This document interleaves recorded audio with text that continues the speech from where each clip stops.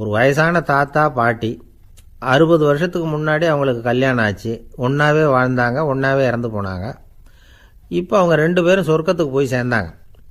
அங்கே எல்லா வசதியும் இருந்தது. ஒரு பெரிய பங்களாவே இவங்களுக்கு ஒதுக்கி கொடுத்தாங்களாம். இதுக்கு எவ்வளவு வாடகைன்னு கேட்டார் தாத்தா. வாடகையெல்லாம் கிடையாது, இலவசம் அப்படின்னார் அங்கே இருந்தவர். அந்த வீட்டுக்கு பின்னாடி ஒரு பெரிய புல்வெளி இருந்தது. இதில் விளையாட ஏதாவது கட்டணம் உண்டான்னு கேட்டிருக்கார் தாத்தா. அதெல்லாம் ஒன்றும் கிடையாது, பணம்லாம் கட்ட வேண்டியதில்லை அப்படின்னார் அவர். பக்கத்தில் ஹோட்டல் மாதிரி ஒரு பெரிய கட்டடம், உள்ள சாப்பாட்டு மேஜைகள், அது மேலே விதவிதமான பலகாரங்கள். சாப்பாட்டுக்கெல்லாம் எவ்வளவு அப்படின்னு விசாரிச்சாராம் தாத்தா. அதுதான் சொன்னேனே, இங்கே எல்லாமே இலவசம்தான், எது வேணும்னாலும் சாப்பிட்லாம், எவ்வளவு வேணும்னாலும் சாப்பிட்லாம் அப்படின்னாராம். நீங்கள் சொல்கிறீங்க அப்படி, ஆனால் நான் சர்க்கரை சேர்த்துக்கக்கூடாது, உப்பு சேர்த்துக்கக்கூடாது, பாட்டி கையால் எப்பவும் பத்திய சாப்பாடு தான் அப்படின்னாராம் தாத்தா. இதை பாருங்கள், இங்கே உங்களுக்கு அந்த கவலையும் வேண்டியதில்லை. இங்கே நீங்கள் ஸ்வீட்டு சாப்பிட்லாம், காரம் சாப்பிட்லாம், உங்களுக்கு எந்த நோயும் வராது அப்படின்னாராம் அங்கே சொர்க்கத்தில் இருந்தவர். இதை கேட்ட உடனே அந்த தாத்தா பக்கத்தில் நின்ன பாட்டியை பார்த்து கத்தினாராம். அடி பாவி, எல்லாத்தையும் கெடுத்துட்டியே, நீ எனக்கு பத்திய சாப்பாடு போடாமல் கண்டதை திங்க விட்டுருந்தா 10 வருஷத்துக்கு முன்னாடியே நான் இங்கே சேர்ந்துருப்பேனே அப்படின்னாராம்.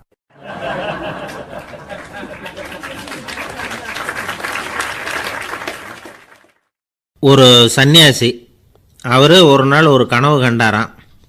அந்த கனவில் அவர் சொர்க்கத்துக்கு போகிறார். அங்கே ஒரு பெரிய திருவிழா நடந்துக்கிட்டு இருக்குது. எங்கே பார்த்தாலும் அலங்கார வளைவுகள், வண்ணமயமான விளக்குகள், பாதைகள் பூரா மலர்கள், எல்லா கட்டடங்களும் ஒளிமயம். அவ்வளவு கோலாகலமாக பிரம்மாண்டமாக அந்த திருவிழா நடந்துக்கிட்டு இருக்குது. அது என்ன திருவிழாங்கிறது இந்த சன்னியாசிக்கு புரியல. அங்கே எதிரில் வந்துக்கிட்டு இருந்த ஒருத்தரை நிறுத்தி, என்ன விசேஷம் இங்கே அப்படின்னு விசாரித்தாராம். உனக்கு தெரியாத விஷயம், இன்றைக்கி இறைவனுக்கு பிறந்த நாள், அதை தான் எல்லோரும் சேர்ந்து கொண்டாடுறோம். இதுக்காக பிரம்மாண்டமான ஊர்வலம் ஒன்று வரப்போகுது, இறைவனே அந்த ஊர்வலத்தில் கலந்துக்கிறார் அப்படின்னார் அவர். உடனே அந்த சன்னியாசி ஒரு மரத்து நிழலில் ஒதுங்கி நின்றுக்கிட்டார். ஊர்வலம் வந்துக்கிட்டு இருக்குது. முதல்ல ஒரு குதிரை வந்துக்கிட்டு இருக்கு, அது மேலே ஒருத்தர் உட்காந்துருக்கிறார். அவருக்கு பின்னாடி நிறைய பேர் கூட்டமாக வந்துக்கிட்டு இருக்கிறாங்க. இவ்வளவு கூட்டம் இவர் பின்னாடி வருதே, யார் இவர் அப்படின்னு கேட்டார். ஒரு மதத்தின் பெயரை சொல்லி, இவர் அந்த மதத்தின் தலைவர், அவரை பின்பற்றுகிற மக்கள் கூட்டம் பின்னாடி வந்துக்கிட்டு இருக்குது அப்படின்னு விவரம் சொல்லியிருக்கிறாங்க. இவங்களுக்கு அடுத்தபடியாக இன்னொரு குதிரையில் ஒருத்தர் வந்துக்கிட்டு இருக்கிறார். அவருக்கு பின்னாடி ஏகப்பட்ட கூட்டம். இவர் யாருங்க அப்படின்னு கேட்டிருக்கார் சன்னியாசி. அங்கே இருக்கிறவங்க விவரம் சொல்லியிருக்கிறாங்க. இன்னொரு மதத்தின் பெயரை சொல்லி, இவர் அந்த மதத்தினுடைய தலைவர், அவர் வழியை பின்பற்றுகிறவர்கள் அவர் பின்னாடி கூட்டமாக வந்துக்கிட்டு இருக்கிறாங்க அப்படின்ட்டு இருக்காங்க. இப்படி ஒவ்வொருத்தராக குதிரை மேலே வந்துக்கிட்டே இருக்கிறாங்க. அவங்கள பின்பற்றியும் ஒவ்வொரு கூட்டம் வந்துக்கிட்டே இருக்குது. அந்த பெரிய ஊர்வலம் அது பாட்டுக்கு போய்கிட்டு இருக்குது. கடைசியாக அது முடிஞ்சுது ரொம்ப நேரம் கழித்து. அதுக்கப்புறம் கொஞ்சம் நேரம் கழித்து ஒரு வயசான ஆள் குதிரை மேலே வந்துக்கிட்டு இருக்கிறார். ஆனால் அவருக்கு பின்னாடி யாருமே இல்லை. அவர் பரிதாபமாக தனியாக வந்துக்கிட்டு இருக்கிறார். அவர் அந்த ஊர்வலத்தை சேர்ந்தவரா இல்லையாங்கிறதே தெரியல. இவர் யார், இவர் ஏன் இப்படி தனியாக வந்துக்கிட்டு இருக்கிறார் அப்படின்னு கேட்டிருக்கார் அந்த சன்னியாசி. என்னது இப்படி கேட்குறீங்க, இவர் தான் கடவுள், இவருக்காக தான் இன்றைக்கி இந்த ஊர்வலமே நடக்குது, இவருக்கு தான் இன்றைக்கி பிறந்த நாள், முன்னாடி போகிற ஊர்வலம் பூரா இவருடைய பிறந்த நாளை கொண்டாடுறதுக்காக தான் அப்படின்ட்டுருக்காங்க. இதை கேட்டதும் அந்த சன்னியாசிக்கு திடுக்குன்னு தூக்கி போட்டிருக்கு. இது வரைக்கும் கனவு கண்டுக்கிட்டு இருந்தவர் முடிச்சுக்கிட்டார். அதுக்கப்புறம் தான் யோசித்து பார்த்துருக்கார். உண்மைதான், மக்கள் எல்லாரும் பக்தி மார்க்கத்தில் போகிறதா நினச்சிக்கிட்டு பாதம் மாறி போய்கிட்டு இருக்கிறாங்க. கடவுளை பின்பற்றுவதாக நினைக்கிறாங்க பக்தர்கள், ஆனால் கடவுளுக்கு பின்னாடி யாருமே இல்லை. இன்னமும் இயல்பாக இதை பற்றி யோசித்து பார்த்தா, உண்மைக்கு பின்னாடி தான் நான் போய்கிட்டு இருக்கேன் அப்படின்னு நிறைய பேர் சொல்கிறாங்க. ஆனால் அந்த உண்மை அனாதையாக போய்கிட்டு இருக்குது. அப்படி ஆகிட்டுது உலகம். இந்த காலத்துலேயும் ஒரு ஊர்வலம், ஒரு பெரிய மனுஷருக்கு பிறந்த நாள் விழா. அவர் குதிரை மேலே ஏறி முன்னாடி போயிட்டுருக்கிறார். அவருக்கு பின்னாடி ஒரு 100 பேர் தொண்டர்கள் அவங்க பாட்டுக்கு போகிறாங்க. எல்லாம் பணம் கொடுத்து ஏற்பாடு பண்ணவங்க, எல்லாம் பணம் வாங்கிட்டு பின்னாடி போயிட்டுருக்குறாங்க. கொஞ்சம் தூரம் நடந்ததும் கால் வலிக்க ஆரம்பிச்சுட்டுது. ஒவ்வொருத்தராக அப்படியே ஒதுங்க ஆரம்பிச்சிட்டாங்க. அதான் முன்னாடியே பணம் கிடச்சிட்டுதே, இனிமேல் ஒதுங்கினா என்னென்னு ஒதுங்கிட்டாங்க. ஒரு கட்டத்தில் குதிரையில் போகிறவர் தற்செயலாக திரும்பி பார்க்குறாரு, பின்னாடி யாருமே இல்லை, எல்லோரும் ஓடி போயிட்டாங்க. ஒரே ஒரு ஆள் மட்டும் ரொம்ப விசுவாசமாக பின்னாடி நடந்து வந்துக்கிட்டு இருந்தான். ஏன்ப்பா நீ மட்டும் வந்துக்கிட்டு இருக்கிறியே, நீ வீட்டுக்கு போகலையான்னு கேட்டிருக்காரு அவர். நீங்கள் அந்த குதிரையையும் அதுக்குள்ள வாடகை பணத்தையும் கொடுத்துட்டீங்கன்னா நானும் போயிடுவேன் அப்படின்னு நானா இந்த ஆள்.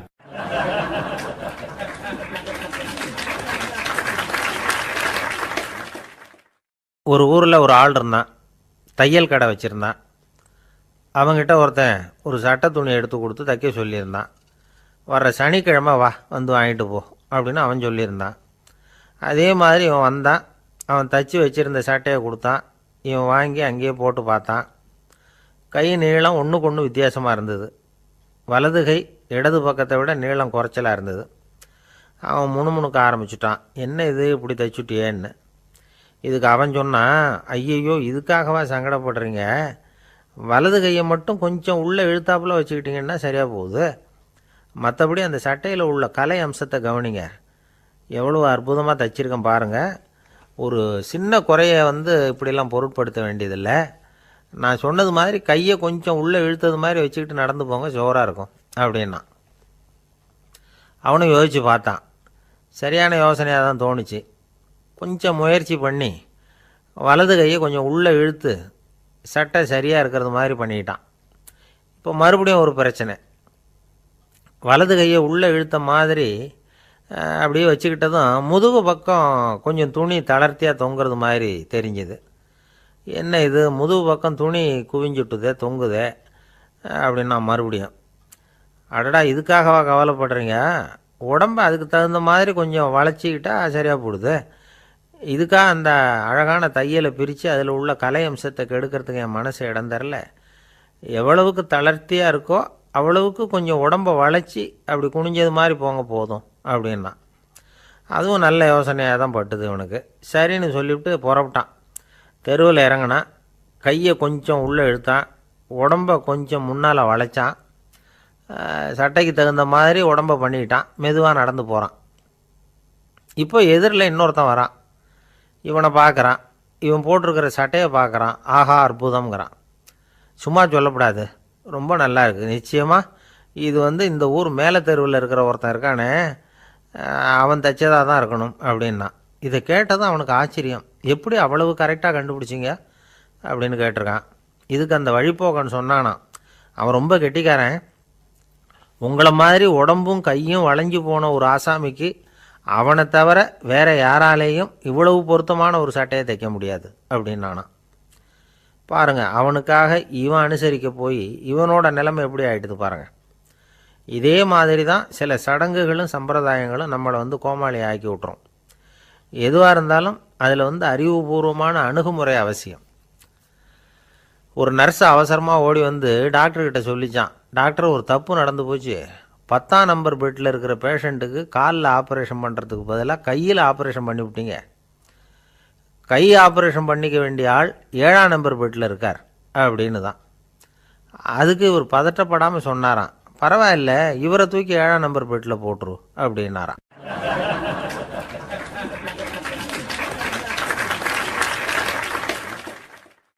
ஒரு மாணவனை பார்த்தேன்.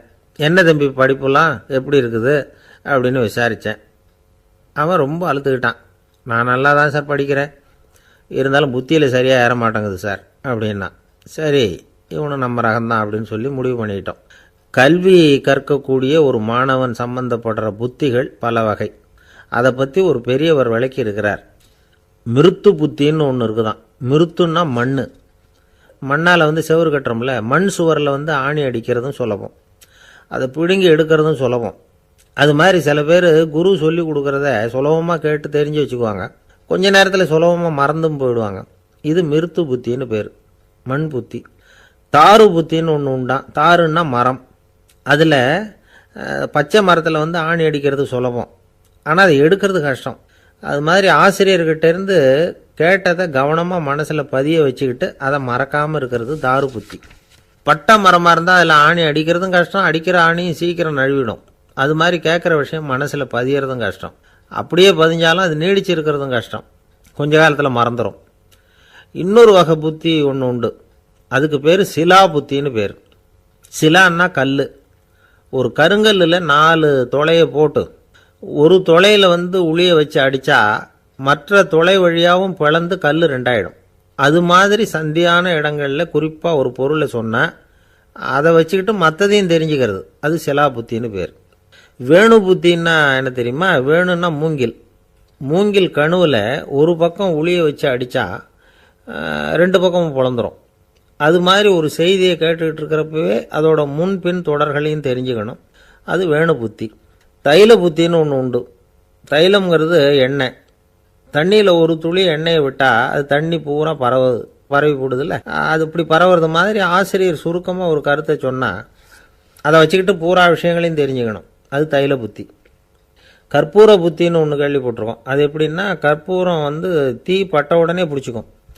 ஆசிரியர் சொன்ன உடனே நுண்ணறிவோட பாடங்களை புரிஞ்சுக்கிறது இந்த வகை புத்தி. கரி புத்தின்னு ஒன்று. அது எப்படின்னா, கரியில் நெருப்பை வச்சு விசிறிய பிறகு அதுக்கப்புறம் அது கறி நெருப்பாகும். அது மாதிரி காலம்பரை சாயந்தர வேலைகளில் ஆசிரியர் பாடம் சொல்லி கொடுப்பார், அதை கொண்டு புரிஞ்சுக்கிறது இந்த வகை. கதலித்தண்டு புத்தின்னு ஒன்று சொல்லுவாங்க. கதலிங்கிறது வாழை மரம். வாழைத்தண்டில் தீ வைக்கிறது எவ்வளவு சிரமமோ அவ்வளவு சிரமத்தோடு கல்வி கற்கிறது கதலித்தண்டு புத்தி. இதை தவிர இன்னும் சில வகையான மாணவர்களை கூட அடையாளம் காட்டுறாங்க. ஆசிரியர் சொன்னதில் நல்லதை மட்டும் எடுத்துக்கிறவன் அன்னம். ஆசிரியர் கிடைச்ச இடத்துல பாடத்தை கேட்டுக்கிட்டு பிறகு தனியாக உட்காந்து சிந்திக்கிறவன் பசு. பசுமாடு அப்படி தானே, புல் கண்ட இடத்துல மேயும், அதுக்கப்புறம் நிதானமாக அசை போட்டுக்கும். ஆசிரியர் சொன்னதை தவிர வேற எதையும் சொல்ல முடியாதவன் கிளி. பல இடங்களில் பாடங்கள் கேட்டு கடைசியில் ஒன்றும் புரியாமல் போகிறவன் ஆடு. ஆடு ஒரு செடியில் வயிறார மேயாது, ஒரே செடியில். இக்கரைக்கு அக்கறை பச்சைன்னு அங்கேயும் இங்கேயும் அலைஞ்சிக்கிட்டே இருக்கும். சில பேருக்கு எருமைன்னு பேர். எருமை எப்படின்னா, குளத்து நீரை கலக்கி தான் குடிக்கும். அது மாதிரி ஆசிரியர் மனசை நோக செய்து பயில்கிற மாணவர்கள்லாம் இந்த ரகம். இவ்வளவுலாம் இருந்தாலும் இந்த காலத்து மாணவர்கள்லாம் ஒரு தனி ரகம். ஒரு ஆசிரியர் வகுப்பில் பாடம் நடத்திக்கிட்டு இருந்தார். இலக்கண வகுப்பு. இறந்த காலம், நிகழ்காலம், எதிர்காலம், past tense, present tense, future tense, இதை பற்றிலாம் பாடம் நடத்துகிறார். எல்லாம் சொல்லி கொடுத்துட்டு இப்போ நான் ஒரு வாக்கியம் சொல்லுவேன், அது என்ன காலம் அப்படிங்கிறத நீங்கள் சொல்லணும்னார் ஆசிரியர். சரின்னாங்க மாணவர்கள்லாம். நான் நாளைக்கும் பாடம் நடத்தப் போகிறேன், இது என்ன காலம் அப்படின்னு கேட்டார் ஆசிரியர். அதாவது நான் நாளைக்கும் பாடம் நடத்தப் போகிறேன், இந்த வாக்கியம் என்ன காலம்னு கேட்டார். ஒரு பையன் மெதுவாக எழுந்திரிச்சு சொன்னான், இது எங்கே போதாத காலம் சார் அப்படின்னு சொல்லிவிட்டு உட்காந்துட்டானா.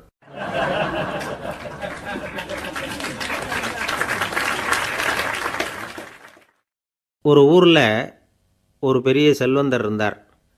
பணத்துக்கு பஞ்சம் இல்லை. அதனால் இந்த உலகத்தில் முடியாத காரியம் எதுவும் இல்லைன்னு நினச்சார். பணம் இருந்தாலே அந்த நினப்பு தானாக வந்துடும்.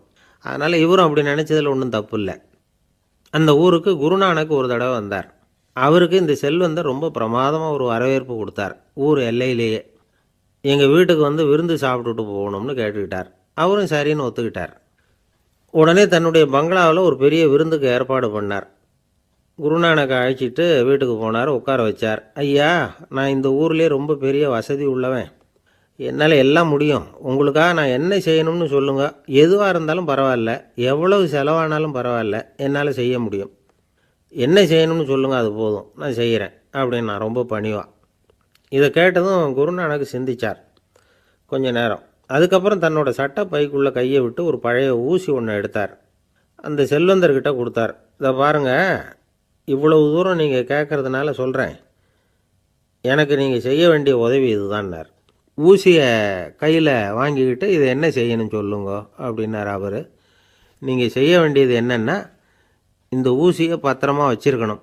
நாம் 2 பேரும் இறந்து போனதுக்கு பின்னாடி இன்னொரு உலகத்தில் நாம் சந்திக்கக்கூடிய வாய்ப்பு இருக்குது. அப்போ இந்த ஊசியை என்கிட்ட கொண்டாந்து கொடுக்கணும். இதுதான் நீங்கள் எனக்காக செய்ய வேண்டிய உதவி அப்படின்னார் குருநானக் லேசாக சிரிச்சுக்கிட்டே. இதை கேட்ட உடனே இந்த பெரியவர் முழிக்க ஆரம்பிச்சிட்டார்.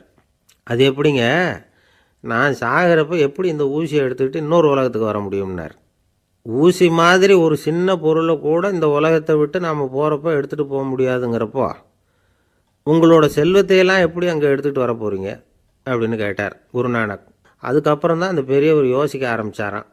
குருநானக் சொல்கிறார், இதை பாருங்கள், நாம் செய்கிற நல்லது கெட்டது தான் கடைசி வரைக்கும் நம்ம கூட இருக்கும். அடுத்தவங்க நல்லா இருக்கணுங்கிறதுக்காக பொருளை செலவு செய்யணும், அப்படி செய்யலைன்னா எந்த பிரயோஜனமும் இல்லை அப்படின்னார். அதுக்கப்புறம் தான் அந்த செல்வந்தரின் அறிவு கண் திறந்து தான். உடனே குருநானக்கை வணங்கினார். ஐயா, என்கிட்ட இருந்த ஆணவம் போயிட்டுது, இனிமேல் என்கிட்ட இருக்கிற செல்வத்தை நல்ல வழியில் செலவழிப்பேன் அப்படின்னாராம். நம்மக்கிட்ட இருக்கிற பணம் எப்பவும் நம்ம கூடவே வந்துக்கிட்டு இருக்காதுங்கிறதுக்கு இது ஒரு உதாரணம். அதுக்காக நாம் பணம் சேர்க்கறத பற்றி கவலைப்பட வேண்டியதில்லை, பேசாமல் படுத்து தூங்கிக்கிட்டு இருந்தால் போதும் அப்படின்னு இதுக்கு அர்த்தம் பண்ணிக்கக்கூடாது. முறையான வழியில் பணம் சேர்க்கணும், அதை முறையான வழியில் செலவு பண்ணணும். அதனால் ஏற்படக்கூடிய மன நிறைவு இருக்குது பாருங்கள், அது அனுபவித்தவங்களுக்கு தான் தெரியும். சொர்க்கத்துக்கு போகிறவங்க இங்கேருந்து பணத்தை எடுத்துகிட்டு போக முடியாது, ஆனால் நம்ம செல்வத்தை இங்கே மற்றவங்களுக்கு பயன்பட செய்யுது, அதனால் ஏற்படுற புண்ணியம் இருக்குது பாருங்கள், அதை எடுத்துகிட்டு போக முடியுமா. இதுதான் ஆன்மீகவாதிகள்லாம் சொல்கிற கருத்து. ஜான் நியூட்டன் ஒருத்தர், அவர் சொன்னார், நான் எப்போவாவது சொர்க்கத்துக்கு போய் சேர்ந்தேன்னா அங்கே 3 அதிசயங்களை பார்ப்பேன்னார். என்னன்னு கேட்டாங்க. நான் யார் யார் இருக்க மாட்டாங்கன்னு நினச்சிக்கிட்டு இருந்தேனோ அவங்களில் சில பேர் அங்கே இருப்பாங்க, அது ஒரு பெரிய அதிசயம்னார். சரி, அடுத்தது என்ன?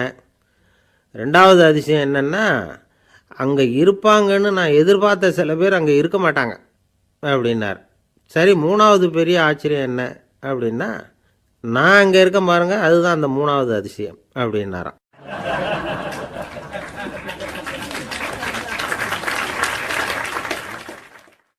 ஒருத்தர் ஓடி வந்தார், இன்னொருத்தரை பார்த்து, சார் உங்கள் சைக்கிளை ஒரு நாள் இரவல் கொடுங்களேன், பக்கத்து ஊருக்கு போயிட்டு வர வேண்டியிருக்கு அப்படின்னார். இவர் சைக்கிளை கொடுத்து பத்திரமா கொண்டுகிட்டு போங்கன்னார். சார், இதை பத்திரமா கொண்டு போகிறேன், கவலையே வேணாம், ஏன்னா இது உங்களோட சைக்கிள் அப்படின்னு நான் நினைக்கல, என்னோட சைக்கிளாக நினைக்கிறேன் அப்படின்னார். அதுக்கப்புறம் தான் இவருக்கு உண்மையாகவே பயம் வந்துட்டுது. ஏன்னா அவர் சொன்னது மாதிரி அதை தன்னோட சைக்கிளாகவே நினச்சி தள்ளிட்டு போட்டால் என்ன பண்ணுறது? எது எதை நம்முடையதாக நினைக்கணுங்கிறதுக்கு ஒரு வரையறை இருக்குது. சில பேர் ஆஃபீஸையே வீடாக நினச்சி விடுறது உண்டு. அப்படிப்பட்டவங்க கூட வீட்டை ஆஃபீஸாக நினைக்கிறதில்ல.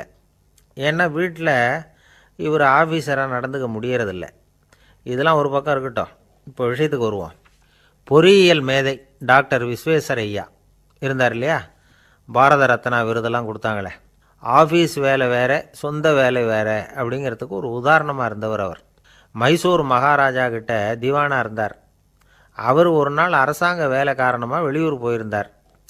ஹாசன்கிற ஊருக்கு பக்கத்தில் ஒரு பயண மாளிகை, அங்கே தங்கிவிட்டார். ராத்திரி அங்கே தங்கி இருந்துட்டு விடிஞ்சதும் ஊருக்கு திரும்புறதாக திட்டம். ராத்திரி தூங்கிறதுக்கு ரொம்ப நேரம் ஆகிட்டுது.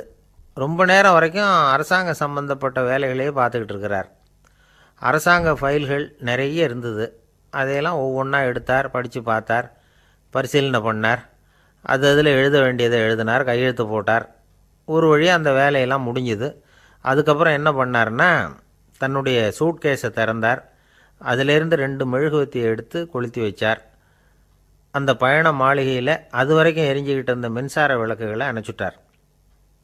அதுக்கு பிறகு அந்த மெழுகுவத்தி வெளிச்சத்தில் சில புத்தகங்களை தொடர்ந்து படிக்க ஆரம்பிச்சிட்டார். அந்த பயண மாளிகையில் பணியாளராக இருந்தவர் இதை பார்த்துட்டு ஓடி வந்தார். மறுபடியும் மின் விளக்கு போடுறதுக்காக போனார். விஸ்வேஸ்வரய்யா அதை பார்த்துட்டு போட வேணாம்ட்டாராம். இது வரைக்கும் நான் அரசாங்க அலுவல்களை கவனிச்சிக்கிட்டு இருந்தேன், அதனால் மின் விளக்குகள் அப்போ எரிஞ்சதில் தப்பு இல்லை. இப்போ நான் புத்தகம் படிச்சுக்கிட்டு இருக்கேன், இது என்னுடைய சொந்த வேலை, இங்கே இருக்கிற மின் விளக்கு அதுக்காக ஏன் எரியணும் அப்படின்னு கேட்டாராம். இப்போ இருக்கிற சில அரசு பணியாளர்கள்கிட்ட இந்த சம்பவத்தை பேச்சோட பேச்சாக சொல்லி பார்த்தேன். அவங்களால இதை ஜீரணிக்கவே முடியல. நேர்மை தேவை தான் சார், அதுக்காக அவ்வளவு தூரத்துக்கு அது தேவையா அப்படிங்கிறாங்க. விஸ்வேஸ்வரய்யா அப்படி பண்ணினது தான் ஒரு நேர்மையாளர் அப்படின்னு இந்த உலகத்துக்கு நிரூபிக்கணுங்கிறதுக்காக இல்லை. தான் அப்படி நடந்து காட்டினா தன்னை சுற்றி இருக்கிறவங்களும் அதை கேள்விப்படுறவங்களும் முடிஞ்ச அளவுக்கு பொது வாழ்க்கையில் அரசு பணியில் நேர்மையை கடைபிடிக்க முயற்சி பண்ணலாமே அப்படிங்கிறதுக்காகத்தான். இப்போவும் சில பேர் இருக்கிறாங்க, இவங்க ஆஃபீஸ் வேறு வீடு வேறேன்னு நினைக்கிறதில்ல, அவ்வளோ உரிமை. ஒருத்தர் அப்படி தான், அவருக்கு அவசரமாக 5000 ரூபா தேவைப்பட்டது. ஆஃபீஸு பணத்தை எடுத்துக்கிட்டார். அந்த நேரம் பார்த்து ஆடிட் வந்துட்டுது, ஆப்பிட்டுக்கிட்டார். விசாரணை நடக்குது. அவர் சொல்கிறார், சார் நான் நேரம் காலம் பார்க்காம ஆஃபீஸில் வேலை செய்வேன், ஏன்னா அதை என்னோடய ஆஃபீஸாக நினைக்கிறேன். அவசரத்துக்கு அந்த பணத்தை எடுத்தேன், மறுபடியும் வச்சுடலாம்னு தான் இருந்தேன், அதுக்குள்ளே இப்படி ஆகிட்டுது. நீங்கள் என்ன நினச்சாலும் சரி, நான் ஆஃபீஸ் வேறு வீடு வேறு அப்படின்னு நினைக்கிறதில்ல, அது என்னோடய சுபாவம் அப்படின்னார். விசாரணை பண்ணவர் தீர்ப்பு வழங்கினார். உங்கள் சுபாவத்துக்கு மதிப்பு கொடுத்து நானும் தீர்ப்பு வழங்குறேன். நீங்கள் கொஞ்ச நாள் ஜெயிலில் இருந்துட்டு வாங்க, அது உங்களுக்கு கஷ்டமாக இருக்காதுன்னு நினைக்கிறேன். ஏன்னா அங்கே போனாலும் நீங்கள் உங்கள் சுபாவப்படி வீடு வேற ஜெயில் வேறன்னு நினைக்க மாட்டீங்க அப்படின்னாராம்.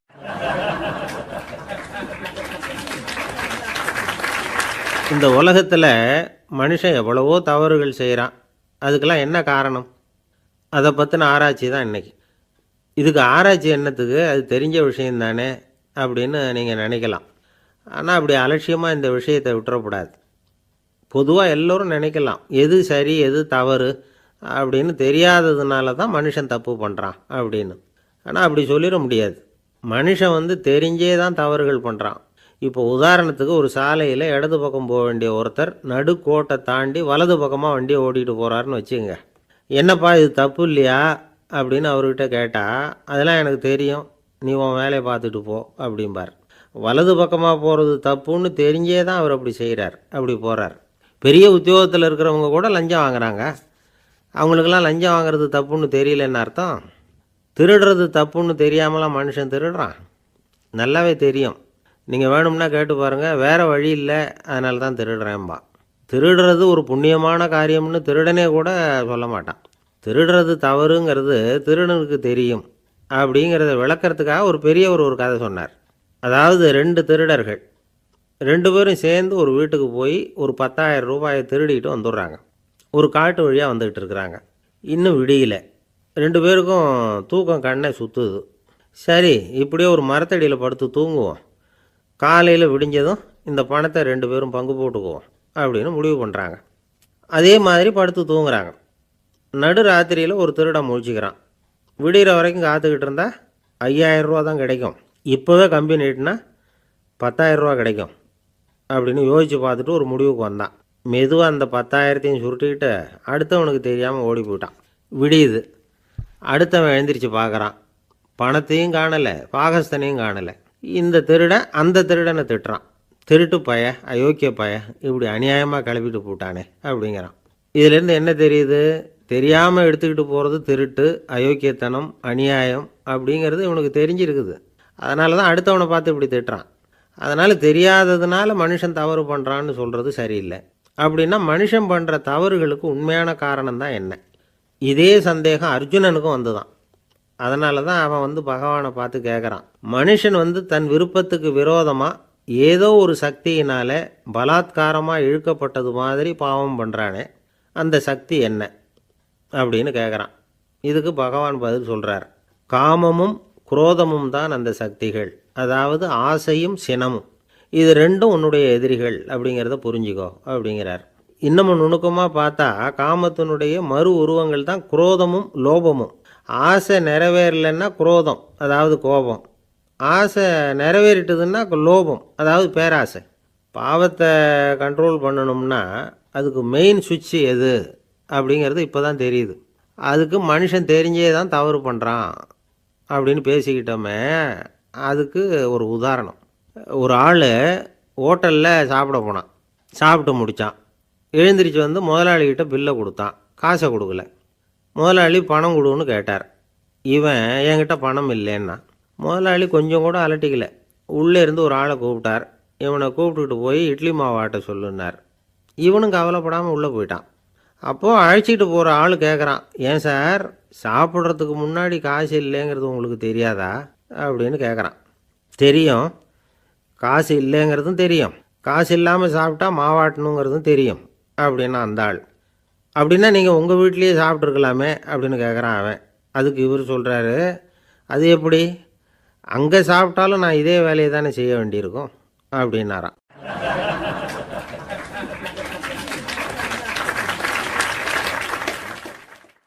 நம்மளை மாதிரி ஒரு ஆசாமி அவன் நம்மளை மாதிரியே கற்பனை பண்ணான்.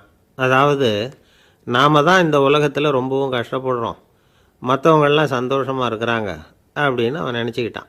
அவன் ஒரு நாள் கடவுளை வேண்டிக்கிட்டானான். சுவாமி, இந்த உலகத்தில் எவ்வளவோ பேர் இருக்கிறாங்க, ஒவ்வொருத்தருக்கும் ஒவ்வொரு விதமான கஷ்டம் இருக்கலாம், ஒத்துக்கிறேன்.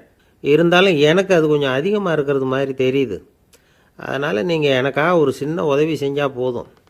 அது வேறு ஒன்றும் இல்லை, என்கிட்ட இருக்கிற துயரங்களை இன்னொருத்தர் யாருக்கிட்டையாவது கொடுத்துருங்க, அவர்கிட்ட இருக்கிற துயரங்களை என்கிட்ட மாற்றி கொடுத்துருங்க. ஒரு மியூச்சுவல் ட்ரான்ஸ்ஃபர், அவ்வளவுதான். அப்படி பண்ணிவிட்டா போதும் அப்படின்னு வேண்டிக்கிட்டானான். அன்னைக்கு ராத்திரியே அவன் ஒரு கனவு கண்டிருக்கான். வானத்திலேருந்து ஒரு குரல் கேட்டிருக்கு. அது என்ன சொல்லிச்சு தெரியுமா? ஏ ஜனங்களே, எல்லாரும் அவங்கவுங்க கஷ்டங்களை ஒரு பையில் போட்டு எடுத்துக்குங்க. அப்படி எடுத்துக்கிட்டு நேராக இந்த ஊர் எல்லையில் இருக்கிற கோயிலுக்கு வந்து சேருங்க அப்படின்னுது அந்த குரல். ஆஹா, கடவுள் நம்ம பிரார்த்தனைக்கு செவி சாய்ச்சுட்டார் அப்படின்னு சந்தோஷப்பட்டான் இவன். உடனே என்ன பண்ணான்? தன்கிட்ட இருந்த கஷ்டத்தையெல்லாம் ஒரு சாக்கு பையில் போட்டு எடுத்துக்கிட்டான். வீட்டை விட்டு வெளியில் வந்தான். தெருவில் இறங்கி நடக்கிறான். அங்கே பார்த்தா ஏகப்பட்ட பேர் ஆளுக்கு ஒரு பையை தூக்கிக்கிட்டு கோயிலுக்கு போய்கிட்டு இருக்கிறாங்க. சில பேர் மூட்டையாக கட்டி தலையில் சுமந்துக்கிட்டு போய்கிட்டு இருக்கிறாங்க. இவன் பார்த்தான். இவனுக்கு ரொம்ப ஆச்சரியமாக இருந்தது.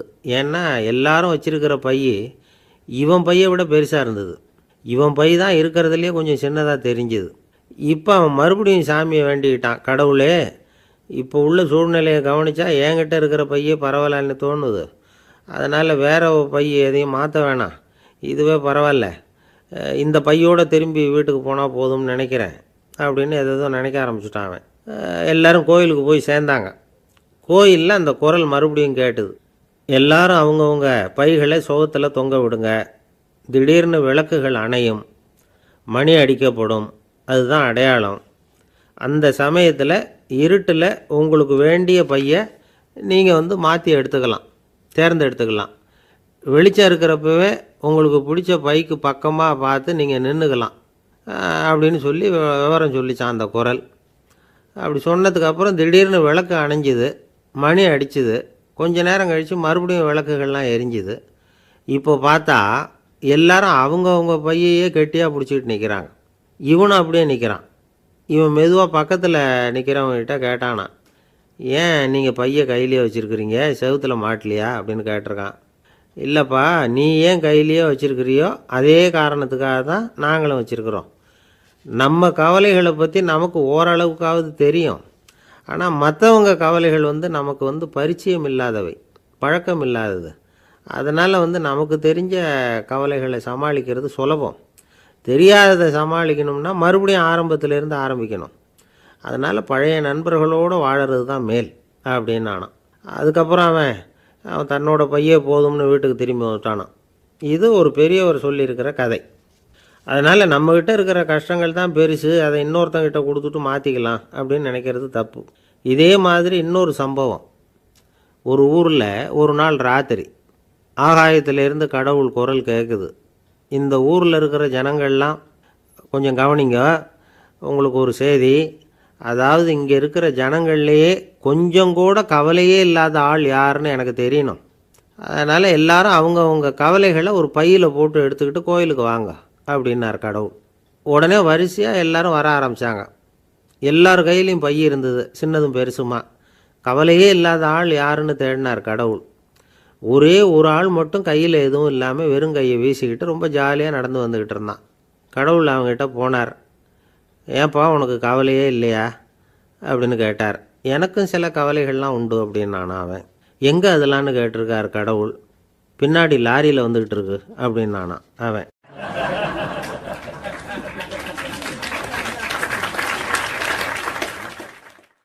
சங்கீத வித்வான்களில் பல வகை உண்டு. சில குறிப்பிட்ட ராகங்களை பாடுறதில் அவங்களுக்கு பெருமை வர்றது உண்டு.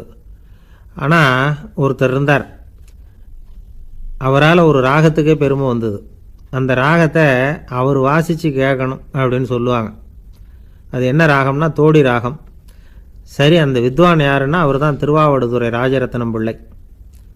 பேராசிரியர் கல்கி ஒரு சமயம் தம்முடைய பத்திரிகையில் எழுதினாராம். அதை அப்படியே படிக்கிறேன் கேளுங்களேன். ஆகா, ஸ்ரீ ராஜரத்னம் பிள்ளையின் தோடி ஆலாபனையை முதலில் கேட்டபோது அவருடைய கற்பனையை விட்டு தள்ளுங்கள். நம்முடைய மனதில் என்னென்ன இன்பமயமான கற்பனைகள் எல்லாம் உதித்தன. குழந்தை தாயிடம் கொஞ்சம் குரலை கேட்டோம், அன்னை குழந்தையிடம் கொஞ்சம் குரலை கேட்டோம், ரதியும் மன்மதனும் பேசிக்கொண்ட காதல் மொழிகளை கேட்டோம், முருகன் சிவபெருமான் செவிகுளிர மொழிந்த உபதேசத்தை கேட்டோம், கலைமகள் கவிஞனுக்கு அருளிய ஆசி மொழிகளை கேட்டோம், நாரத முனிவருடைய தம்பூரா சுருதியை கேட்டோம், ராவணன் தன் எலும்பை ஒடித்து வீணையாகச் செய்து வாசித்த கானத்தை கேட்டோம், கானப்பறவைகளின் கலகல ஒலியை கேட்டோம், கோலக்குயில்களின் குரல் இனிமையை கேட்டோம். இப்படிலாம் பேராசிரியர் கல்கி விமர்சனம் எழுதியிருக்கிறார். திருவாவடுதுறை ராஜரத்னம் பிள்ளை அவர்களுடைய வாசிப்பை கேட்டுட்டு டிஎன் ராஜரத்னம் பிள்ளை இறந்து போனார். அப்போது கவிஞர் கண்ணதாசன் எழுதினார், செவியனில் ஓடி எங்கள் சிந்தையில் ஓடி இந்த புவியெல்லாம் ஓடி நின்பார் பொங்கிய தோடி வேறெங்கு எவரிடம் போகும் ஐய இனியதை காப்பார் யாவர் அவிந்தனின் சடலத்தோடே அவிந்தது தோடிதானும் அப்படின்னு எழுதினாராம். அந்த அளவுக்கு அவருடைய தோடியை ரசித்தவர்கள் உண்டு. அதே மாதிரி தோடின்னா என்னன்னு தெரியாமலே அவரை ரசித்தவங்களும் அந்த காலத்தில் உண்டு. அதாவது ஒரு பெரிய சபையில் இவர் வாசிச்சுக்கிட்டு இருக்கிறார். பாதியில் ஒரு பெரிய மனுஷன் உள்ளே வந்தார்.